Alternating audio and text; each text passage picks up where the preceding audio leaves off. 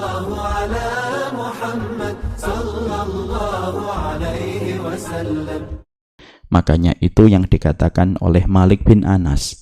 Malik bin Anas mengatakan kepada kita, inna hadzal ilm lahmuka wa damuka wa anhu tus'alu yaumal qiyamah fangdur amman ta'khudunahu. Sesungguhnya ilmu itu perumpamaannya sebagaimana darah dan dagingmu. Tubuh manusia itu yang paling dominan, yang kalau kita lihat supaya membedakan dengan mayat hidup.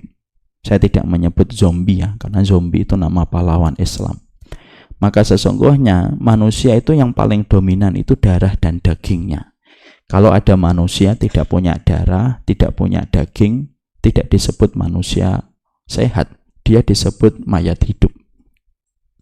Maka Malik bin Anas itu mengatakan kepada kita bahasa yang sangat indah. Beliau mengatakan perumpamaan ilmu sebagaimana perumpamaan darah dan dagingmu. Itu yang akan ditanya oleh Allah dalam kehidupan di akhiratmu. Fangdur amman ta'khudunahu. Maka perhatikanlah dari mana kamu mengambil ilmu. Bagaimana kamu berta'aruf dengan ilmu. Karena itu sesuatu yang paling berharga, yang kelak kamu harus bertanggungjawabkan di hadapan Allah tentang apa yang kamu pilih dalam perjalanan ilmu yang kamu kaji dan kamu amalkan. Kalaulah kita beli sepatu, nah sepatunya Kang Dwi ini bagus nih, sepatunya tanpa tali, itu pun ditanya sama Allah, kenapa kamu beli sepatu itu? Kalau saya dibelikan iPad sama seorang jamaah, maka ini pun akan menjadi bahan pertanyaan dari Allah. Karena kita tahu summa latus'alunna yauma idzin anin naim. Kalau semua nikmat yang kita nikmati ini semuanya ditanya oleh Allah. Kalau teh anget yang saya dapatkan ini ditanya sama Allah. Alhamdulillah teh anget bukan air putih. Maka sesungguhnya persoalan ilmu itu pun juga pasti ditanya oleh Allah. Dan inilah yang menjadikan kita semakin mengerti. Dalam kehidupan kita ada sebuah komitmen. Dan komitmen itu bukan hanya ketika kita menjalani kehidupan, tapi salah satu komitmen yang harus kita pertanggungjawabkan adalah komitmen kita mempelajari ilmu dengan benar, supaya ilmu bukan menjadikan kita rusak, supaya ilmu bukan menjadikan kita semakin jauh dari rahmatnya Allah, karena itu yang paling mengenaskan kalau menimpa pada kehidupan manusia. Saya ambilkan sebuah kisah nyata bagaimana berkenalan dengan ilmu itu harus hati-hati. Ketika kita salah berkenalan pada imam kehidupan kita, lalu kita merasa di atas jalan yang benar, tetapi ternyata banyak hal yang kurang ideal pada ilmu yang kita kaji, itu menyebabkan kerusakan. Saya tidak mengatakan kerusakan dunia, tapi itu kerusakan pada urusan akhirat. Saya ambilkan sebuah contoh. Kita tentunya mengenal Abdurrahman bin Muljam. Kenal Abdurrahman bin Muljam? Oh ternyata tidak kenal ya, berarti salah husnudon saya.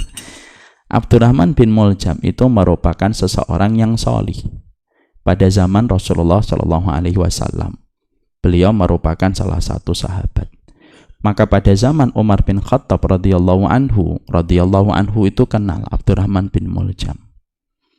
Lalu beliau sering memberikan tazkiyah, rekomendasi. Kalau Abdurrahman pergi ke satu wilayah, maka diberikan tazkiyah, rekomendasi. Abdurrahman bin Muljam mukri li kitabillah. Ini Abdurrahman bin Muljam ya, orang yang layak mendapatkan lisensi untuk mengajar tentang kitabullah. Mendapatkan inalai. Ada apa? Ya. Ya.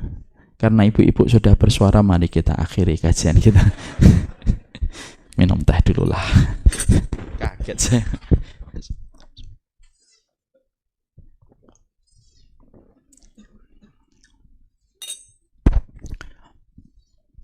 Maka sesungguhnya kita mengetahui bagaimana Abdurrahman bin Muljam ini mendapatkan lisensi untuk mengajar kitabullah, mendapatkan lisensi ijazah untuk mengajar kitabullah pada zaman sahabat itu tidak gampang, karena standarisasi ilmu pada zaman itu sangat berbeda dengan standarisasi ilmu pada zaman kita.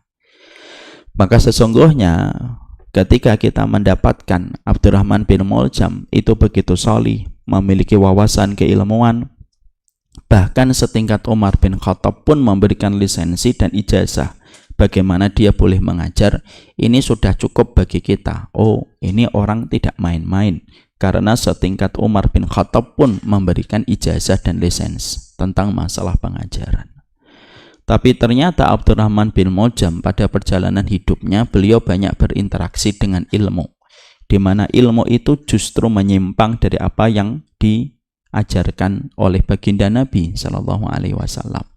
Sampai akhirnya beliau berpikiran keras ketika melihat fitnah yang terjadi antara sahabat Muawiyah dan Ali, maka beliau akhirnya terkena sebuah pemikiran Khawarij, bagaimana dia begitu gampang menghalalkan darah kaum muslimin. Dia mengkafirkan, dia begitu mudah menyesatkan. Dia menyesatkan Ali, dia menyesatkan Muawiyah, dia menyesatkan Amr bin As, dan di antara sahabat-sahabat yang terlibat antara konflik sahabat Ali dengan sahabat Muawiyah. Bukan hanya sekedar mengkafirkan, tapi sudah memiliki sebuah planning bagaimana dia bisa membunuh Ali bin Abi Thalib, mengenyahkan dia di atas muka bumi. Padahal kita tahu bagaimana keilmuan dari Ali bin Abi Thalib, ketakwaannya, kedekatan beliau dengan Rasulullah. Ketika istrinya adalah penduduk surga, putranya 2 termasuk penduduk surga, dan mertuanya merupakan pemimpin tertinggi dari kalangan penduduk surga. Itu semua referensi sudah cukup sebenarnya untuk kita hormat kepada Ali.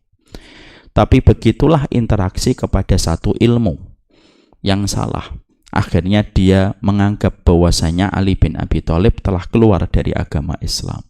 Akhirnya dia merencanakan pembunuhan sampai dia berjumpa dengan seorang wanita yang memiliki frekuensi keilmuan yang sama, memiliki referensi semangat yang sama, semangat menyesatkan, bukan semangat berkontribusi, bukan semangat untuk memenangkan Islam melawan Romawi, bukan semangat memenangkan Islam melawan Persia, tapi semangatnya menghancurkan dari dalam. Hadamah, ini pemikiran merusak itu dari dalam. Jadi ketika ada perjuangan, dia tidak ikut berkontribusi, tapi mencari faktor yang bisa rusak dari dalam. Itu tidak disadari. Akhirnya dia bersentuhan dengan seorang wanita cantik yang bernama Fitom, dan akhirnya dia ingin menikahi wanita itu. Wanita itu pun semakin membesarkan bagaimana pemikiran seorang Abdurrahman bin Muljam. Wanita itu bersedia dilamar oleh Abdurrahman bin Muljam dengan satu kondisi syarat. Dia harus menjadikan maharnya darahnya Ali bin Abi Thalib. Diterima mahar itu dan disepakati, disanggupi oleh Abdurrahman bin Muljam. Singkat ceritanya, sampai akhirnya kita menjumpai bagaimana akhirnya Abdurrahman bin Muljam membunuh Ali bin Abi Thalib, seseorang yang sangat dicintai oleh Allah, seseorang yang dicintai oleh Rasulullah Shallallahu Alaihi Wasallam, seseorang yang pernah dikasih royah. Royah itu bendera oleh Rasulullah Shallallahu Alaihi Wasallam, di mana Rasulullah ketika memberikan royah itu, maka Rasulullah mengatakan, siapa yang mendapatkan royah ini, maka dia mencintai Allah dan dia pun dicintai oleh Allah. Dan siapa yang mendapatkan royah itu? Ali bin Abi Thalib radhiyallahu anhu. Kita paham, Masya Allah, bagaimana luar biasanya sahabat Ali. Maka ketika akhirnya dadanya sudah sesak, ketika semangatnya merusak dari dalam, jadi bukan melihat Romawi, dia tidak melihat Persia. Jadi misalkan kalau ada orang hari ini ngelihat Palestina, kok yang dilihat itu adalah Hamasnya, bukan ngelihat Yahudinya. Persis ini kayak Abdurrahman bin Muljam. Siapa Ustadz? Nah, saya tidak usah nyebutin nama. Antum juga nggak usah kemana-mana pikirannya. Fokus dulu ke ilmu dulu. Dan akhirnya pada saat itu yang terjadi adalah Abdurrahman bin Muljam membunuh Ali bin Abi Thalib. Maka dibunuh Ali bin Abi Thalib, ditusuk dengan pedang tanpa ada belas kasihan sama sekali. Kalau Umar bin Khattab yang membunuhnya adalah Majusi, ya, Abu Lu'lu'ah. Tapi Ali adalah yang membunuhnya orang yang dohirnya Muslim. Maka ketika akhirnya Ali bin Abi Thalib terbunuh pada peristiwa pembunuhan terencana, maka dengan izin Allah Abdurrahman bin Muljam ini ketangkap. Dan ketika ketangkap sempat ada beberapa sahabat emosi memukuli beliau. Antum tahu Bapak dan Ibu, ketika dia dipukuli, maka dia tetap bertasbih kepada Allah dan berzikir, tidak ada henti dan tidak ada putusnya. Setiap dipukul pek, dia mengatakan subhanallah, pukul tak, Allahu Akbar, dan dia murojaah Quran. Dia murojaah Quran. Dia dipukuli sampai ada orang yang sebel karena tidak ada sama sekali rona penyesalan pada wajahnya ketika baru membunuh Ali bin Abi Thalib. Akhirnya ada seseorang dari kejauhan sempat berteriak, potong aja itu lidahnya itu. Potong itu lidahnya. Tidak pantas dia menyebut nama Allah. Padahal dia baru saja membunuh salah satu walinya Allah, yaitu Ali bin Abi Thalib. Potong aja itu lidahnya.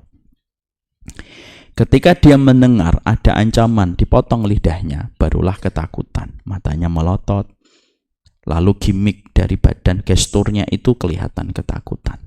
Lalu ada seseorang yang tidak jauh dari beliau tanya sama dia, kami pukuli kamu gak ketakutan, terus berzikir dan membaca Al-Quran.